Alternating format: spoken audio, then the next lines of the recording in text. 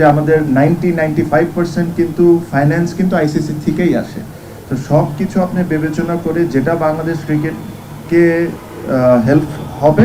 ভারতে টি-20 বিশ্বকাপ খেলতে যাওয়া না যাওয়া ইস্যুতে এভাবেই নিজের চিন্তাভাবনার কথা জানিয়েছিলেন জাতীয় দলের সাবেক অধিনায়ক তামিম ইকবাল খান। এরপরই এই বিষয়টিকে টেনে বিসিবির এক পরিচালক তামিমকে নিয়ে মন্তব্য করেছেন, জানিয়ে ক্রিকেট পাড়ায় তৈরি হয়েছে নানান আলোচনা সমালোচনা।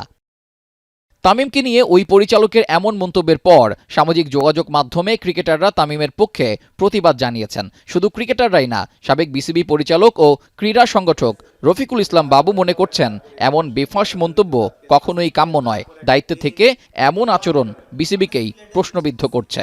আমাদের একজন জাতীয় দলের ক্রিকেটার, সে বাংলাদেশের প্রতিনিধিত্ব করে, তাকে যেভাবে ইনসাল্ট করা হয়েছে এটাও দৃষ্টিকটু। বোর্ডের একজন দায়িত্বশীল কর্মকর্তা একটা বেফাস কথা বলেছে, আমি বলবো এই ধরনের কমেন্টস করা উচিত নয়। উনি ওনার ব্যক্তিগত মতামত দিতে পারত।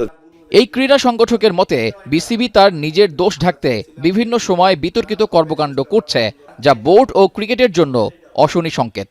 বিসিবির বোর্ড ডিরেক্টরদের কথাবার্তার ভিতর কোড অফ কন্ডাক্ট আছে, সেটা মেনে তারা চললেই হয়। তারা বেফাস কমেন্টস করে কিন্তু বিসিবিকে বিপদে ফেলছে। এখন তারা বিভিন্ন বেফাস কমেন্টস করে এগুলি ঢাকার জন্যই অপচেষ্টা করছে, বিভিন্ন মিডিয়াতে আসার জন্য। কারণ তাদের উত্তর এখানে নাই। তো কিভাবে নির্বাচন হয়েছে এটা বাংলাদেশের সব মানুষ জানে। নতুন বোর্ড তৈরি হওয়ার পর ক্রিকেটার ও বোর্ডের কর্মকর্তাদের মধ্যে তৈরি হচ্ছে দূরত্ব। রফিকুল ইসলাম বাবু মনে করছেন এমন পরিস্থিতি দেশের ক্রিকেটকে পেছনের দিকে ঠেলে দিচ্ছে। রেজাউল করিম, এখন, ঢাকা।